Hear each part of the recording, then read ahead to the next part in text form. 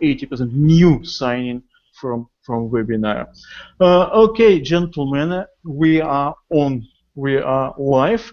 Everybody who's watching us, we haven't started yet. We will wait for more people to come, but I'll still present everybody who is here, and I usually do it the way Google tells me to do, from left on my screen to right. My screen is slightly different from everybody else's screen for some reason. And okay, I'll start with left. I have on my left, I have Boaz Sasson, ex-Similaweb. He is with us. Next one is Dave Schneider. Dave Schneider from NinjaOutreach. It's his own company, his own startup. We'll be talking about this a lot today. Next one is Jeff Robinson. Okay, Jeff represents billions of companies, as he told me, and okay, he is a serial entrepreneur. And all this capital, financing, crowdfunding, probably all the things for startup. And next on my screen is a co-founder of Webinara. Which is startup as well. I was surprised with that, that is startup, but Webinara is a startup as well. And we work with Webinara. For us, Webinara is great. I don't know if you do webinars, and if you're not on Webinara, well, you're losing a lot. Okay, guys. I can see we have more viewers already, but everybody who are watching us, I will be doing it several times. I'll present everybody who's here, and we can have a little chat. We'll wait for more people. I can see people are gathering, but people are late, so we don't want to start the major part before we got a real audience. Anything you wanna say? Anybody? Just keep a little chat for a few minutes. Sure. Sorry? You want to go first? Do I want to go first? Yeah. Sure. I mean, and what are we starting now with a little mini introduction? No, we haven't started yet. We usually start in 5 minutes time real, but you can tell us something, but don't tell us something very important. Leave it. So I'm gonna. What? I was just going to ask where everyone was located, actually. I didn't know. So good. I was just going to say that. Great question. All right. I was going to say, here I am, a Canadian living in Barcelona. Been here 6 years now. Of course, we have the world's greatest football team, which everyone agrees. And I'm a big football fan. They just lost recently, though. Well, we're allowed to lose one game in 36. Okay. And Barcelona is a wonderful place. I'm from Toronto originally. I've lived in Florida. I lived in Palm Beach for 10 years. I lived in the Bahamas for 10 years. And I lived in Las Vegas, of all interesting places, for just over 2 years. As you can see, I love the heat. Wherever I go, it's got to be hot. Toronto is a place where I said I grew up. It is a place that is... It's great for banking and traditional businesses, but it certainly isn't good for technology whatsoever. And I just came back from I was there for 6 weeks. And unfortunately for me, not much has changed. I mean, it was my first time back in 6 years.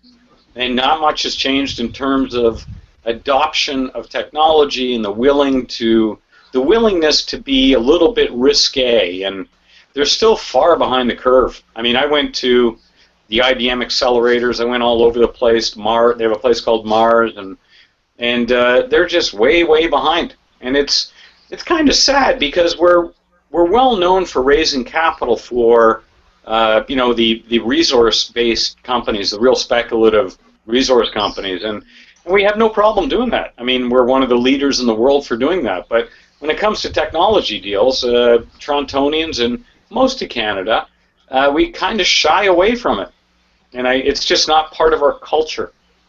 So that's a little bit about where I grew up and where I've been and where I am now. And later, if we want, we can talk a little bit about Barcelona and why I'm here and why I think this place has got great potential. We have audience at Barcelona is a great place. It's in a chat, so everybody probably agree. I don't know. Probably not many Madridistas here. I don't know.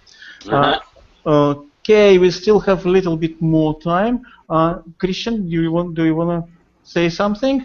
Which you would need to repeat again because now it's a little little chat. Yeah. Okay, Kristian, where are you? Where are you now? Yeah, I'm Kristian from Webinara, and I'm based out of Oslo, Norway. So, and I'm the founder of Webinara. We launched the business last year, 1st of August. Very excited about that, and like Anton says, it is working, so that's cool. We see growing number of users, and that's been a very, very interesting and great journey so far. So very glad to be here to hopefully can share some of my experience so far from the pre-launch to the launch to what we have experienced, good and bad things until now. And I also would like to encourage all of you that is following to put use the comments on the Web Promo Expert website and share where you're coming from, and if you have any questions you'd like us to address during the webinar, please post them there, and Anton will follow up on them. Yeah. Okay. Boaz, where are you now? Well, I'm in Tel Aviv, in Israel. It's not such a bad city. Like, it comes up in the news a lot, probably in the wrong context, but it's actually a nice place to live. There's what we call the bubble, the Tel Aviv bubble, and if you're inside the bubble, it's nice and cozy. Food's good. The weather is not so bad. I mean, if you love winter, then it's not so good here. And there's a big the cult. We're like a culture of almost rabid entrepreneurs here. Everyone who does something thinks he's the king of whatever it is he's doing after 3 days, and we like to try things. We're decent bullshitters too, I think, and all that seems to translate into a lot of tech and web-based businesses. Some of them do quite well, and a lot of it flounces, but still it's a nice vibe here. Like if you're in the whole the internet, and if you work online, then Tel Aviv is a really good city. Okay, so Boaz Sasson, ex-Similaweb. We'll get to everyone in more details. I think we waited enough, and we have Dave Schneider. This webinar originally was about his story. They've already done one webinar with us, and last time he was in Costa Rica. David, where are you now? Right now I'm in Peru, in a city called Arequipa. It's actually in the south of Peru. It's the second largest one. I just arrived here yesterday after a night bus, and I'm leaving in a week, so I can't really say all that much about the city and the entrepreneurial culture, but it seems nice. How's the Wi-Fi? The Wi-Fi seems to be good so far. Okay, good. I usually from countries like Peru or Ukraine or India, we have no problem with Wi-Fi, but I have Ren Fishkin who was saying that in Seattle is horrible, and I have some people from California who have said it's impossible in California to find a decent internet provider, which is funny. Okay, Dave Schneider, you originally you from United States. And okay, what I know about this story. So Dave Schneider, Harvard graduate, applied mathematics, went to work for bank, probably was not huge but big salary and huge potential. And yeah, well, okay. Maybe not. We'll have his. They're poor. Yes, they're very poor American banks. We know that. Okay, and one day he decided. I don't know the details. We'll hear the story. He decides that he doesn't want to do it anymore, and he's going to be his own boss. Okay, it's all yours. I'm dying to know the story. Why did you go? Sure, and just so I have a concept of the schedule and everything, should I be limiting this to a couple minutes, 5 minutes, that sort of thing? I want to make sure everyone else has time to speak and things. So, did we have an idea of how long this should be? You Anton? mean your particular speech right now, or Sure. just all Yeah. all? No, it's a free format. It's like a Okay. like a somebody when we were doing a Google Q&A says no, was it Jeff who said it's a cage and no rule inside. Jeff, it was you, yeah, I remember. We have a cage, no rules, so just go on. Sure. Okay. No problem. So, thanks for the introduction. That was basically all true. So, I did grow up in Boston and went to school at Harvard and studied applied math and graduated in 2010. So, about 6 or so years ago. Just went to my 5-year reunion last year, and went to work at a bank, which is Capital One. If you're in the area of the U.S., you might be familiar with it, but it's one of the larger banks in the United States as an analyst. And I was living in Washington, D.C. With my girlfriend, who was an accountant in the city. Both of us were just doing what everyone else our age was doing, which we were working at the first job out of college, basically trying to earn some money, pay down some debt, things like that. And after about only 1 year, so not very long at all, we had an idea that maybe we would like to travel because both of us had studied abroad in university and felt like it was not necessarily now or never, but probably was going to be the best time to take off and go on a trip because we had paid down our debt and we didn't have any major responsibilities in terms of children and things like that. So once we had that idea and it got set in motion, everything that we were doing was really working towards that, to do this large backpacking trip around Europe and Asia for a couple of years. So we started planning, continued to work, save money, and eventually saved up enough after what was total 2 years, so 1 more year after the idea, that we decided to quit our jobs in September of 2012, and we bought a one-way ticket to Japan. We decided we would just go to the farthest place that we could go from America, and then sort of work our way back. And we started a travel blog as a way to keep up with friends and family. Nothing particularly novel, to be honest. We were just writing about the places we were going and things like that. But we also were hoping, sort of in the back of our mind, that maybe we would come up with a business, maybe we would find a way to earn some money while we were traveling, something that could sort of prolong the trip, give us a bit more purpose while we were traveling beyond just sightseeing. And eventually we found sort of that business a little bit in the blog, which was somewhat surprising because there's a million travel blogs on the web. And I don't necessarily know if we had anything particularly interesting to offer, but we did start to connect with advertisers in the travel niche who were sort of interested in working with us, companies like Expedia and Kayak, and they wanted to speak to the audience that we were trying to develop and basically get promotions, and started really small where the first month we earned $30, so nothing. That was like some beer money basically, and the next month maybe it was $200, and eventually after a couple months we sort of started to build it up to make a couple of $1,000s a month, which again by U.S. standards is not a strong salary and is certainly less than what we had left behind.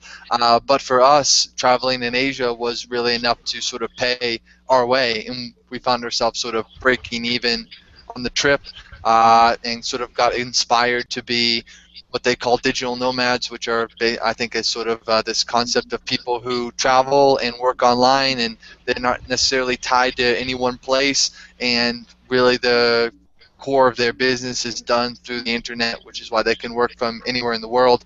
And we read books like the 4-Hour Work Week, which probably many entrepreneurs have read and been inspired by, but it's Tim Ferriss's book, all about really kind of escaping and starting fresh. And from then on, we were just sort of continuing with that, experimenting with different types of maybe businesses to see if we could run them, build sort of sustainability in our travel and our lifestyle, and continued with that for, it was really like 2 years. We did so. I'm fast forwarding through a lot, but it was 2 years of backpacking, several dozen countries, always working online, moving from place to place, earning enough money to sort of get by, and eventually we got to a point where we had actually matched, the income that we had left behind. And when we had done that, it seemed like a natural decision to continue with what we were doing, as opposed to go off to business school, which is something that we had, we're planning on doing after the 2-year trip. That was sort of like our re-entry plan. But instead, we just kind of got confidence to kind of work for ourselves and continue to travel. And anyone that has done that type of travel and work, it's very addictive. It's very addictive to sort of go to different countries all the time and experience different cultures, and just the sort of spontaneity of not really knowing where you're going to be, what you're going to be doing, who you're going to be meeting. I know there's a sense like a couple guys here. Jeff lives abroad in Barcelona, so I'm sure you can kind of relate to that feeling of being in a foreign culture. It's exciting. So that was about 1.5 years ago, where we finished up our 2-year backpacking trip, at least the original one that we had planned. But since then, we've just been sort of continuing with that digital nomad lifestyle. We're now in South America. We're planning to spend a few months here, traveling from country to country. And the work that we've been doing has always been focused in sort of that digital nomad concept of what can we do from anywhere, what can we do online. But it's transitioned from the travel blog, which was sort of the first business, so to speak, that we ran, to now a software business, which I started last year with 2 other co-founders who are based in London. We've actually never met in person, so it's really a very true sort of digital nomad type of experience. Everything is sort of done online, and we've been running that for 1.5 years. It's a bootstrap SaaS. We have a couple hundred customers, and have just been looking to sort of grow that and continue the lifestyle that we've been building. So I will pause there. Happy to let someone else take the floor or answer any questions. I'd love. What is the product? Sure. I'm a terrible salesman. The product is NinjaOutreach. It's called NinjaOutreach, NinjaOutreach.com. It's a blogger outreach software. So a little bit of backstory about that, I guess, was obviously a bit of my background. At least the first background that I had in terms of online business was blogging. Just to provide even a little bit more context, this was not, working online, developing websites was not something that I had a long history of. I majored in math in college, so it was not like I learned a lot about computer science or development. It was just all self-taught. So definitely, there's a lot of resources out there if people are interested in basically doing that type of thing. But one thing that I realized from blogging was how difficult it is to sort of get your name out there, get the word out there. And also, we had been working with brands who were trying to get in touch with us, and they were basically looking for a way to pitch bloggers on their business or their services. So we were looking around at the market to try to understand what were the competition out there who were already offering this type of product, and we saw a lot of products that were focusing on sort of either this was a great product to find bloggers, but there was no outreach component. There was no way to connect with them. There was no email integration. There was no anything like that. There were also products that were all about outreach, and you could integrate your email and send messages and things like that, but there was no way to search for prospects if you didn't already have a list of people to bring into. Then you had no one to sort of email. So our idea here was to combine the two in an all-in-one tool, because we felt it was part of the same workflow and process that people would want to be searching for bloggers, managing them in a CRM, and then outreaching to them through email, all in one at an affordable price. Did some market research to see if people would be interested in this type of product, and a lot of people said, yes, I'm using multiple tools to do the same thing, and I'm exporting from one to the other and things like that. So we felt like maybe we had potentially an idea here. Started building in June of 2014, a couple months in beta, launched it in January of 2015. Only 3 customers at the end of the month of January, so by no means did we make a big splash, but have just been sort of growing it slowly, self-funding it, using a lot of inbound marketing techniques to grow our traffic and our audience, and now we're up to about 400 customers or so. David, is it like Medium? Would that be a competitor? No.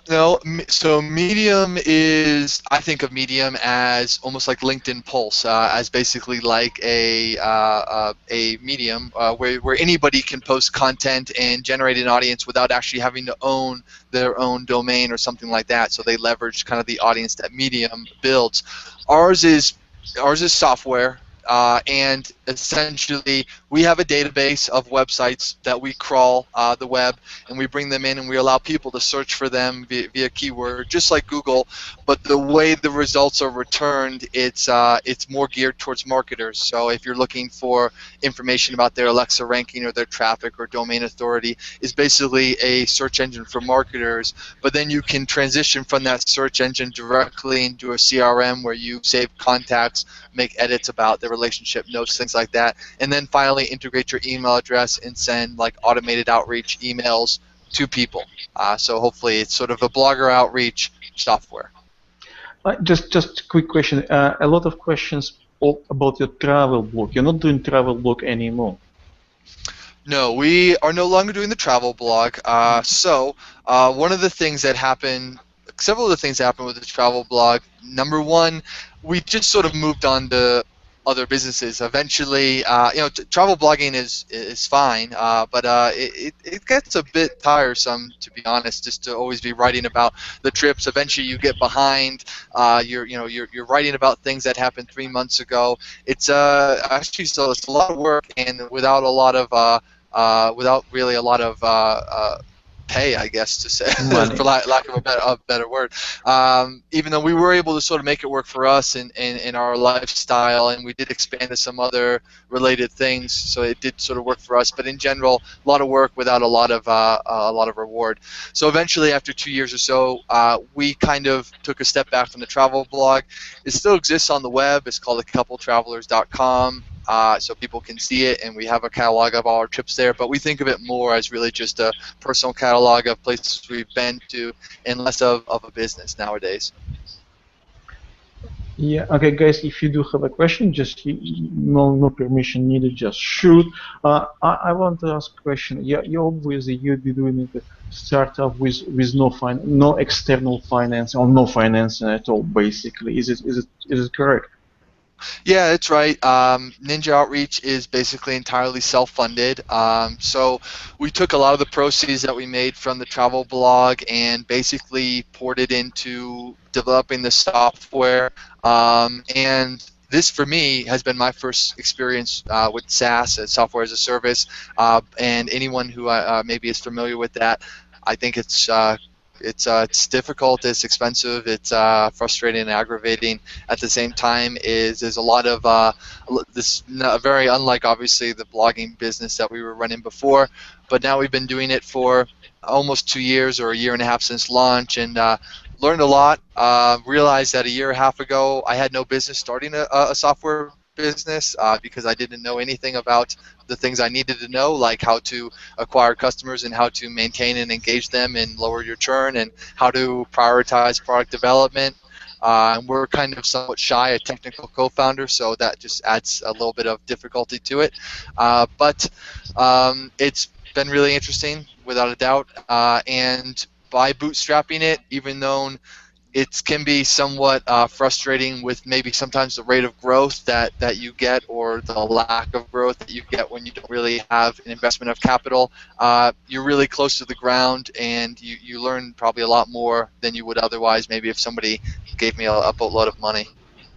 Okay, we have two. I just want to ask Kristian from Webinara.com. It's not your story, just a quick question. Webinara, did you have financing, external financing? No, we bootstrapped the whole idea, and it's basically based on the lean startup model.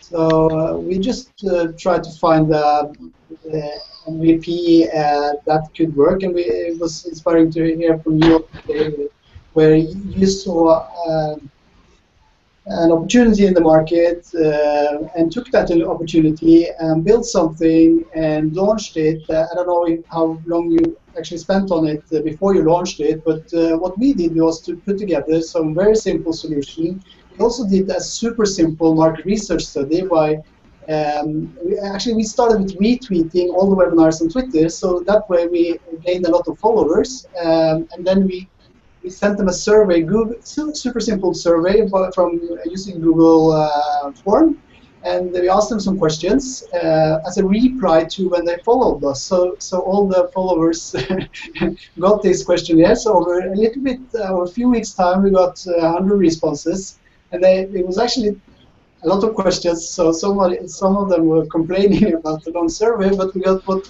we needed to actually verify that it was a need in the market, and then we launched it after 2 months and took it from there. So I think that's the way to do it. Very cheap if you're building a yeah, okay. It's two ways to do it. No money involved, and a lot of money involved. Boaz, I know you're not founder. You probably had nothing to do with financing. Similaweb we're talking about now, but it used to be. It was startup at the beginning.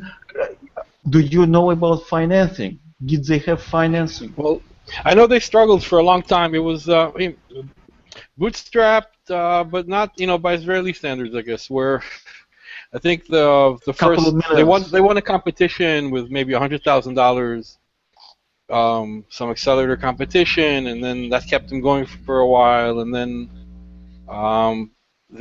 after a while they got some funding from a well-known Israeli investor, and then a couple other rounds, and now I think it's something like they've probably raised $65 or $70 million all in all now. So it's not so bootstrapped. They start with reasonably little amount of money, yeah. But after certain point, they became prospects for investing. Yeah, here's a story. Here I have a good story for you with the fate. Just shows how luck. You have to work for luck. It comes to the prepared. So Similaweb was around for a few years, raised a little bit of money, but expenses were high. Moved into like a relatively nice office for us, because it started off in an industrial area, and kind of struggling. And the CEO used to love getting interns. There's a program in Israel. People come from abroad for 5 months. They pay money to come to Israel. They group them together, and then they go work. They send them out to work for free, basically. And so Or loved these interns. Most of them were crap. And then we had one intern who, after a few weeks, stopped working, and he was always in Or's office. And they were talking and talking and talking. And his dad ended up investing quite a bit of money in the company, and that gave us a nice little lift. And things changed after that. So we had a magic intern. Very good. It happened. Yeah, okay. Jeff, I understand your experience is completely different. You're always working with the financing. You from this part of startup. Is it correct? Yeah, I mean both sides. I mean on the technology side, my area of expertise is in the artificial intelligence and machine learning side. On the financing side, I mean I've been doing this for over 30 years now.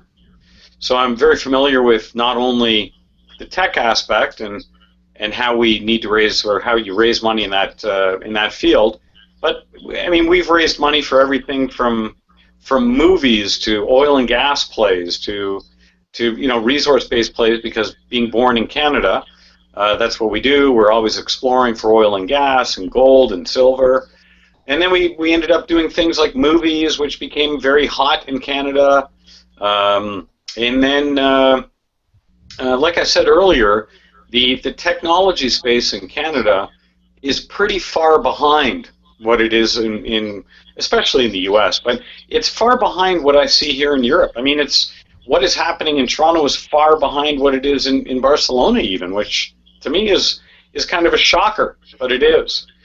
But that has, that has definitely been in my wheelhouse, is raising capital, and now specifically though on the technology side in AI and machine learning. Yeah, okay. So because recently I saw some kind of poster on Twitter, some guru, yeah, everybody's on Twitter guru, we know that. So said, whatever you do for startup, never raise capital. Who would agree with that? Nobody. I personally, I mean, I'll go first. There's some, I would never agree with that. I mean, you're going to need capital at some point in order to go out and hit the home run. So I think that you do have to pick your spot. The right time to raise capital is important. You do have to have a good group around you of people that are experienced in the business of raising capital. And you pick your spot, pick your timing, do it well. I mean, you've got to prepare for this stuff because most startups are way behind. They start preparing when they need money only a week or two ahead or a month ahead. That's not going to work. You've got to prepare and build, a good 6 to 9 months ahead so that you can properly get out there, raise the capital, and fund your deal. There's my 2 cents. But how many startups who raise the money, a lot of money, just for raising money? So they basically make all this fuss, bring in maybe some good, maybe some not particularly good products, but to impress investor or impress bankers. Actually, bankers, they will impress investor because investors probably some of them they have no idea what it is. Bankers come to them and say, "Oh, this is a great product. It should be." Their bank will get their commission. These guys will get the money, so they can do all these things, and at the end of it, it's nothing. Is it all often? It is definitely, in the last few years, it has been more often than not, and a lot of that is what we call fear of missing out. The guys that are running the funds don't want to stand up at the table and say, "Oh, sorry guys, I missed out on that one." So they've been those guys tend to follow each other. It's a herd mentality. If one guy's throwing in money, the next guy's going to throw in money. My approach all my life has been much different. That's why I go by the handle Contrarian's Mind. That's where I write a blog all about contrarian thinking. I have a Twitter handle, the same thing. I've always been a contrarian. I tend to bet against the herd. It's worked out well for me. I tend to be early in what it is that I like, in the areas that I like. I've liked AI and machine learning for over 6 years now and being heavily involved. And only just now is it kind of coming to the forefront and startups are starting to understand that they need to deploy this stuff. So you're right. I mean, you're absolutely right, Anton, with the fear of missing out and the herd mentality. I mean, there has been money placed into deals that blows my mind. And a lot of these startups, you're starting to see it already. 2 things are happening. One is markdown. So the valuations are being marked down considerably, which they should be. And the second thing is the difficulty in raising capital. And it affects everyone. It affects the small guy to the big guy. And you can see it out there right now. I mean, it's a struggle for the smallest startup to raise money.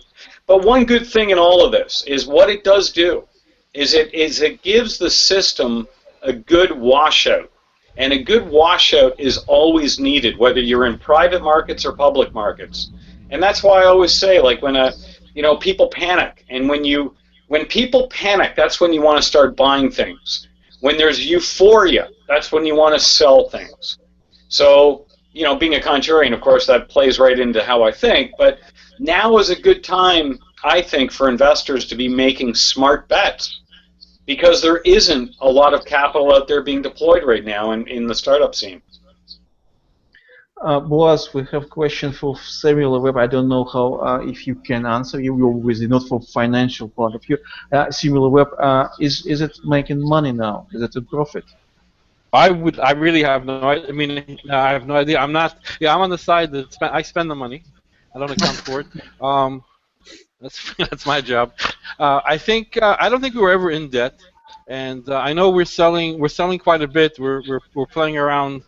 There's a lot of thought that goes into the sales side, not just marketing, and we keep hiring more and more salespeople. We probably have, I don't even know how many today. So I mean, they're selling a lot, but we're also growing. We just took another floor at the office. How many people now in Similaweb? Well, close to 300, maybe a little more, a little less, around 3. Yeah, and it keeps growing all the time, and it's expensive. I've checked on the internet, and I wasn't really clear. Similaweb, when did it start? There are a lot of stories. Like the official story now that I hear, because we have a whole thing now when new employees come in, and there's like a training sessions they go through and material, and part of it has the company history, and it's all the official crap that's being created now, and it's not exactly the way I remember it from real life. So you've got the official story. I think is 2007 and something to do with his sister or something in the family, some kind of jewelry website. But things really started around 2009. It was when.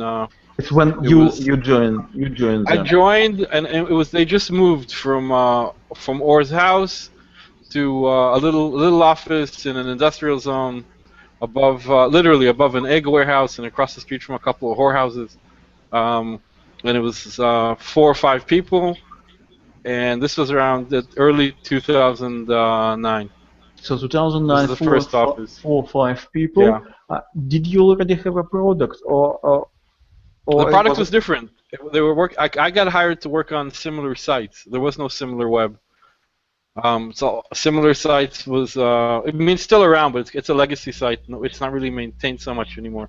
But it shows you, you put in a website, it shows you similar sites to that, and then they started with an add-on, and all of a sudden we saw that we're collecting a lot of information, and you start thinking, what can you do with all this data? And that's how Similaweb was born. Okay, guys. Okay, let's go to webinar. Yeah. Out of okay, I do a lot of Similaweb. I use Similaweb as a tool. But webinar is very different story. When we started to do these webinars, actually it was August last year. I was trying to find where can I promote one, and found a webinar. I tried because it was at that time was one free one, and after that some $100 for a month or something like that. And I tried one, didn't work. I forgot about for I don't know for half a year or so, for less. And after that, we met with Kristian, and we're using webinar now extensively. And I have to say, for us, webinar works absolutely brilliant and fantastic. We do have some how should I put it? Some aesthetical differences with Kristian, especially images. Yeah, but yeah, this is a little thing. But webinar for us works absolutely great because we do have a lot of webinars. You have a system already. Actually, when I saw it in August, I saw it's a big company. I didn't really know because everything looked fine, absolutely fine. So I didn't know it's a startup. And okay, when did you start? Yeah, so fake it till you make it is something. So we try to pretend. No, but we launched 1st of August, and already there we had built up a waiting list, which is a good strategy. So we actually asked the guys who was on that waiting list if they had any upcoming webinars. So we had people filling out forms in Word documents with all the information about the webinar, so we can post them on behalf of them when we launched. So we had some content in there. So that actually worked, and it actually got you in there also early, Anton. So because in August we had next to 0 audience, so that's why you didn't see that much value. But you were tempted to try it out, which is good. So that's also always the struggle. I think a lot of the users in the beginning were very disappointed because they were spending a lot of, not much time, but they're posting the content, but they didn't see much traffic coming from Webinara, which is always the case when you launch. You don't have any audience. So but I think a good strategy for a startup is first of all the freemium, or you can make the first movers ambassadors, so they use it for free. They give you valuable feedback. You add them on Skype, use them on Google Hangout. You test new ideas, features on them. You let them come with input on features. You let them know the week after you have implemented. It makes them really loyal over time. I have spot question. Just sorry, Marcel asking, aren't there too many webinar system already? He probably missing. Marcel, it's not webinar system. Could you answer this question? Yes. So this is yes. There's a. I think it's first of all, I talked to the community manager of GoToWebinar last week, and she told me that only on GoToWebinar there is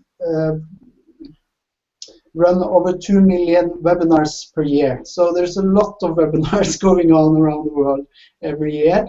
And GoToWebinar is only one platform you can use to run your webinars. Like Google Hangout is another platform. I think there's around 40 different tools out there. So Webinara is a tool to promote your webinars. If you don't have the audience, you can post your webinar on Webinara, and we help promote it. We help promote it to the existing audience we have, and as well as on Twitter. If you go to Webinara on Twitter, you see we post a lot of webinars.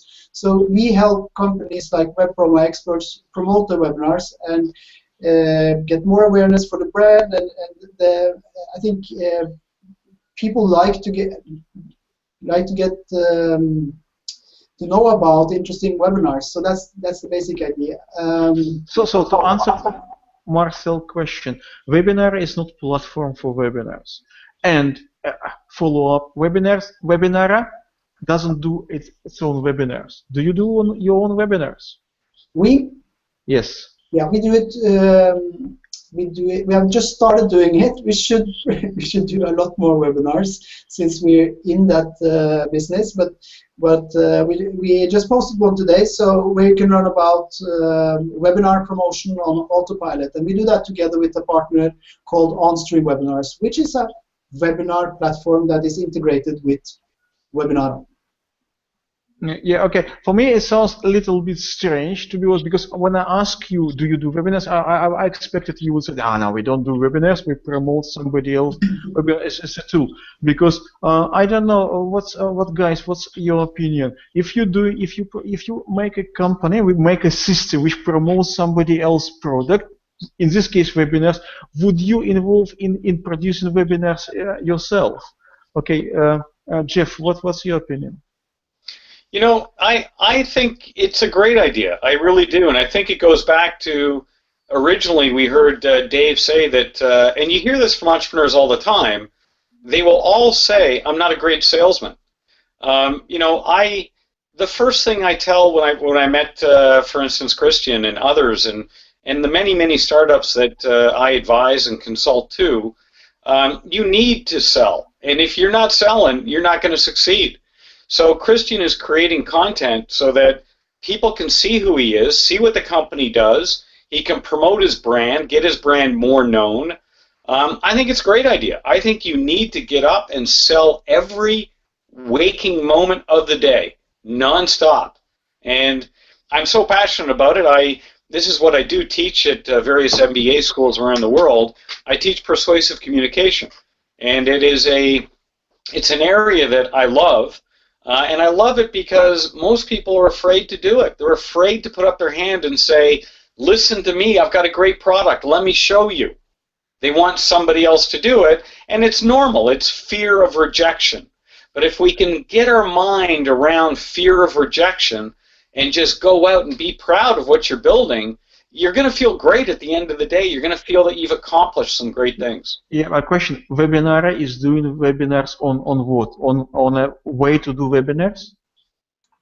Or Yes, we just launched or published one today, so that's the first one. We will do more over time, and we also now launching consultancy services, so we will have experts that can help the companies struggling to be successful at running webinars. So you have to employ me. Yeah. Dave, what's your opinion?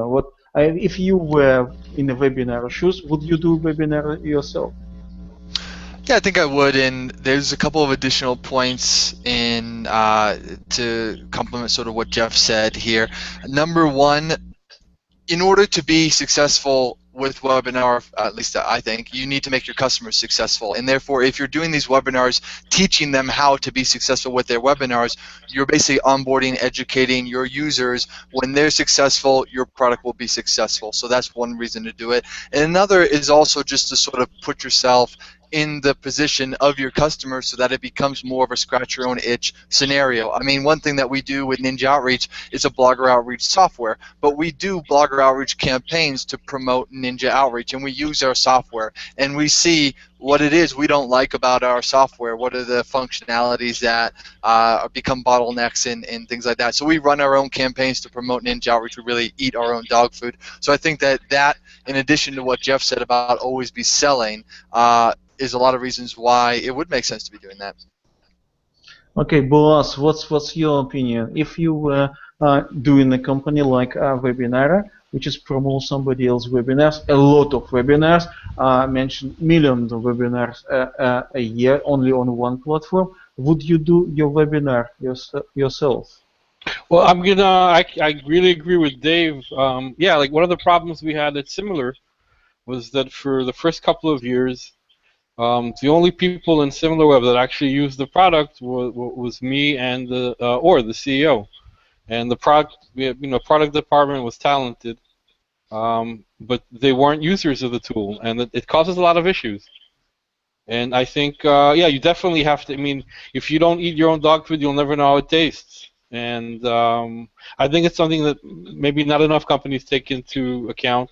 For us, it was kind of painful. It changed, but it took a lot of time, and things could have been easier and maybe a little more fun at the beginning if product was the user of the tool.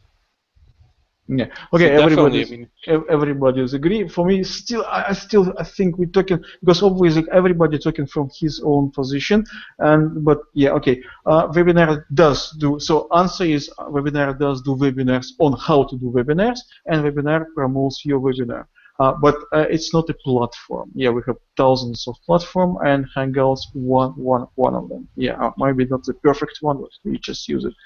Okay, guys. I just wanna attract you. There is a website. If you from time to time check, because there are plenty of questions. Some questions addressed to Jeff, for example. Jeff, if you can just type. Okay, I have a question to you, Jeff. Jeff, how important is accurate industry statistics in a pitch deck while raising money? And there are so many questions there. If you want to answer this question, you should, or if you want to just... Sure. Okay. The question was, how important is it to have accurate statistics? Is that? Yeah. Yeah. I can't tell you how important it is. It is of utmost importance not only to have the accurate statistics, but to cite who it is that the statistics are coming from. I can't tell you how many pitch decks I see where it says, there are 1.5 million heart attacks in the world every day. And then there's no citing of where that's coming from. So if you're not going to cite where you're getting those statistics from, you're losing credibility immediately.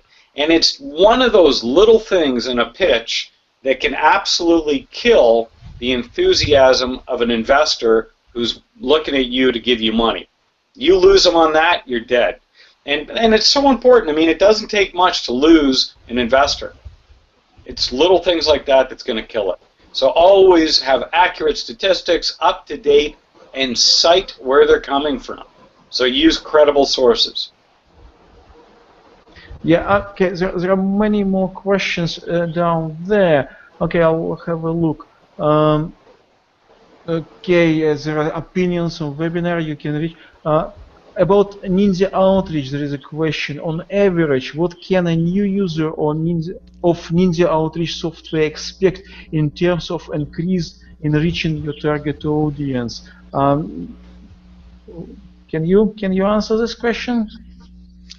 Sure. Well, I mean, the answer is it really depends, which is not the answer that people necessarily like to hear. But some customers use the tool, and they are already doing influencer marketing campaigns, and they look at the tool as a way to save time and to make it more efficient. And the real ROI with Ninja Outreach is basically in that time savings.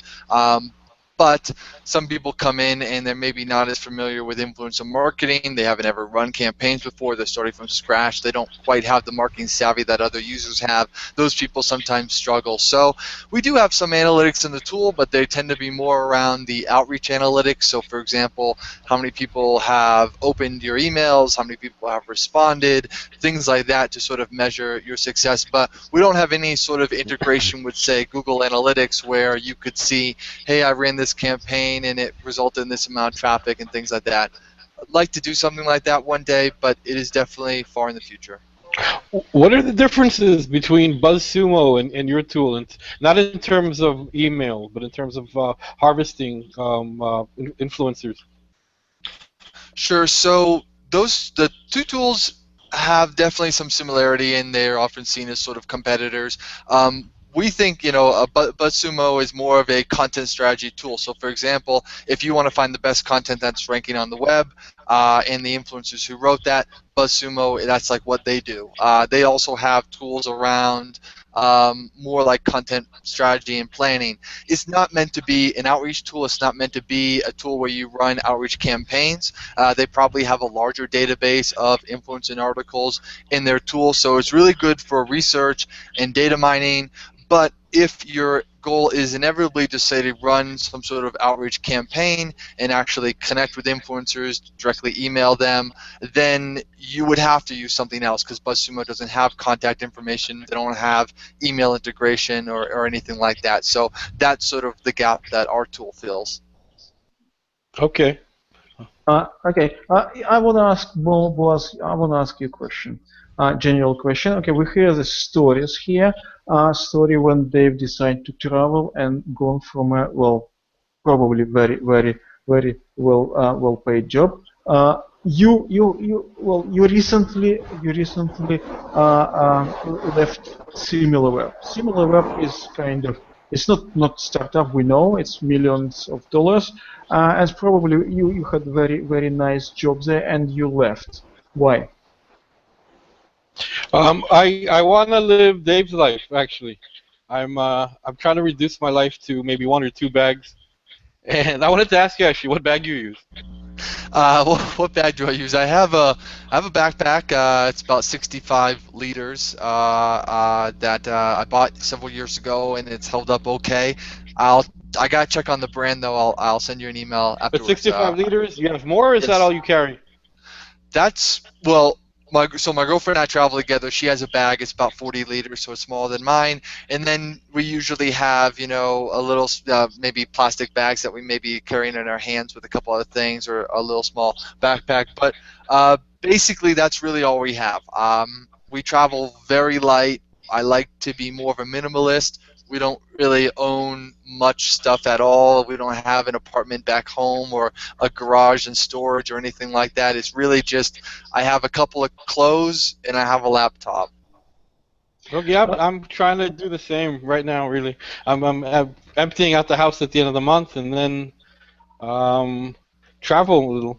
So will you do travel blog first? I don't know about a travel blog, but definitely get out of this country, clean my head. Because we're kind of lucky where we live in a time and an industry where you don't need anything other than an internet connection and a decent laptop, and it's almost a shame not to take advantage of it. Like sit in the same office every day, eat the same food, talk to the same people about the same fucking things till you want to die. You don't have to. You can just you can. It's really easy to set up a life where it's more fun, I think. Kristian, yeah, you are in Oslo, Norway, which is well known to anyone else, including myself. Yeah. But the rest of the guys in a kind of he disappeared. He's gone. Yes, yeah, I can see you in the corridor. Yeah, I know that. That question earlier, if I was sitting in a corridor, and actually this little office I borrowed from a friend, so they run this office. So I have this for free, and that's how it's supposed to be when you're a startup, not paying for expensive offices, or you can travel around and sit at coffee shops. I like that. It means you basically can go anywhere. You can go to Peru tomorrow, and then to Barcelona, then to Tel Aviv, and meet all the guys, and stay with them for free for a couple of days before they throw you out. But any plans to move, or you want to stay in Oslo for some reason? I'm going to San Francisco next week, so we are joining accelerator program over there. Which is very exciting, and it's in Palo Alto, and we will be there for 5 weeks. So, very looking forward to that. What's the name of it? This accelerated program is called Think, and it's run by the Norwegian government, Innovation Norway, and the same type of entity in Sweden. So it's a collaboration between the Norwegian government and the Swedish government, and we are. So Norwegian and Swedish government decide to send people to San Francisco as the closest place. Yeah. So and we had really good startups coming out of that accelerated program. I don't know if you have heard about Kahoot, for instance, the learning app, very good traction now. I think that's considered one of the unicorns of Norway, the Nordic unicorn, we call them. Okay. Jeff, you moved to Barcelona. Barcelona is absolutely great city. Is no doubt. I love Barcelona. Weather is great as well. But you moved only because you love Barcelona, or it's you kind of in the same wave as Dave, and we find it's Boaz as well. You want to travel around. So good question. For me, my eldest brother had moved to Barcelona about a year before, and he moved here with his wife and children, and he had told me what a beautiful lifestyle it is, what a beautiful city. We're all EU passport holders, so I decided to take opportunity and fly over, have a look. Bottom line, like you'll hear from many of the expats who live in Barcelona, I fell in love with the city. It is such a wonderful place. The more I got involved in what I do in the technology world, I found there was just an abundance of technology people and talent here. What was sorely lacking, and still is really, is the willingness and the ability of technologists here in Barcelona to sell themselves. So that's why you don't hear much about all the great guys here, all the great programmers, is because they don't put up their hand and say, hey, give me an opportunity, I'm great. Let me show you how good I am. So you don't hear much about it. But having said that, I started my little meetup group here when I first arrived, and that was a good way for me to meet people, and it's great. We've now got almost 5,000 members in that meetup group just here in one city. So, I mean, that's pretty good for a small little city like Barcelona. Okay. There are other questions. Some question I will probably read out aloud. I don't know who wants to answer it. What is your average conversion lead time? I am a full stack software developer and IT project manager consultant, and find that it takes me about 3 months from initial contact to starting work. Anyone? Yeah, that's normal. It's what makes it makes performance marketing and the SEO, and it's a real challenge now because the funnel could take 3, 4, 6 months to close the sale, and it's almost never the same person. Attribution's a bitch because you have devices, you have browsers, you have different people in the same company, bosses and accountants, and the BI and analytics is really not as straightforward as it could be with B2B. Yeah, B2C is a lot easier in that respect, where things happen almost instantly and the tracking is much better and simpler. But that's just the game. That's the SaaS game. Real high value though. Like a deal could be tens or hundreds of thousands or millions of dollars, but they don't happen overnight. And you think it would make sense. Why would someone spend $50,000, on a click? It's not a reasonable expectation. And I think it's one of the challenges of people that go from B2C to B2B is that you got to shift how you think. You're not really. There's no hard sell. There's no buy now. There's no click here. None of that is going to work because it's a different model, and it does take months. It's more like a turd is like a race between turtles, and the slow and steady will win the game here probably. Okay, guys. Let's. Anyone want to add something to this? I'm checking the questions. So we more or less we've been here for 1 hour, and I'm checking the questions. Yeah, well, probably 2 questions, but most of the questions been answered by our panelists. Okay, typical and stuff. Okay, obviously no slides for this. There is no slides involved, but recording will be here, so everyone watching us or not watching, recording will be here on this particular page or on our YouTube channel after rendering, after YouTube will render it. And but if people want to ask you questions, how is easy? What's the best way to approach you?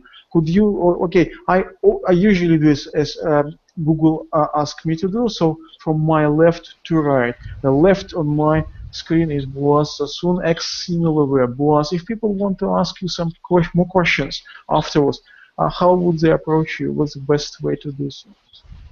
You can just email me. So you wanna publish your email here, or you wanna? It's not gonna get scraped by any bots or something, right? We're on a video. I don't know. I'm just thinking, this is scrapable, not scrapable content. But I think it should be fine if it's just on the video presentation. So yeah, any questions or whatever, I don't bite. Okay, I'm putting my. Wait, how am I going to put it? I don't want to put it in the chat.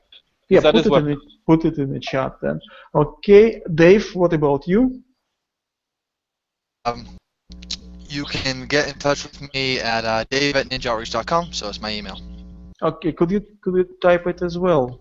Yeah, sure. If you want the email, because if somebody wants Twitter or something, Twitter is much kind of less intimate, I would say, than email. Jeff, what about you? If somebody wants to approach you? Well, you nailed it, and that is, of course, I'm going to say Twitter. Everyone else is saying email. I'm a big Twitter user. I love it. It's live. It's real. I'm a big-time live real guy. I love everything that's instantaneous. So you can reach me on Twitter at ContrariansMind. Okay, so Contrarians M-I-N-D. Contrarians Mind.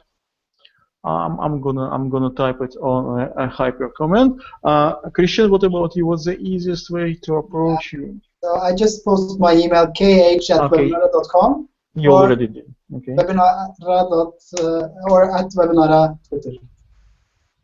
Okay, I will put Jeff Robinson, who works for billion companies, as he told me, and represent half of the world. He lives in Barcelona, but he originally is from Canada. So, and I'm pasting your handle, your Twitter handle, Jeff Robinson. Any more questions, guys? Or so shoot it now or now. It's now or never time, because we've been slightly over 1 hour. I'm talking to people who are watching us. Unfortunately, there is some lag between what I'm saying and when it appears on YouTube. It was 30 seconds or so. Okay, question. Okay, Boaz, I will paste it in there. Okay, more questions. I'll just check in our website if we do have more questions. We have questions for yeah. Okay, Dave Schneider is asking Riz Balach, who didn't join us inside for some reason, asking Dave Schneider hold which country or nationality. Well, he's probably American, United States citizen. My guess. Okay. That's right. Yeah, that's correct. More questions? More questions? Okay. I have to thank you everybody who were with us today. Okay. I'll do it Google way. So thank you, Boaz Sasson, ex Similaweb. Thank you for having me. Thank you, Dave Schneider, NinjaOutreach. Thank you, Jeff Millard of Companies. Thank you so much. Jeff Robinson. Thank you, Kristian Haanes from Oslo, from webinar.com, my favorite tool, I have to say. Okay, and thank you everybody who was with. Sorry? Yeah, thank you all for watching. Yeah. So, thank you everyone for watching us. Recordings will be available. Next week we will have more webinars, more stuff, and any feedback would be nice, because this one it's not typical for us. It's not really a webinar. It's a round table with plenty of questions and plenty of opinion. We have four very, from my point of view, very different people who were involved or still involved or will be involved in startup. We have, okay, I'll do it from right to left now. Kristian Haanes from webinar.com, Jeff Robinson from many companies, and webinar.com as well. I know you consult in Webinar. We have Dave Schneider from NinjaOutreach, and we have Boaz Sasson, who is ex-Similaweb, and now he's packing his backpack and he's going around the world with this new project. Okay, thank you everybody. Thank you everybody who were watching us, and bye.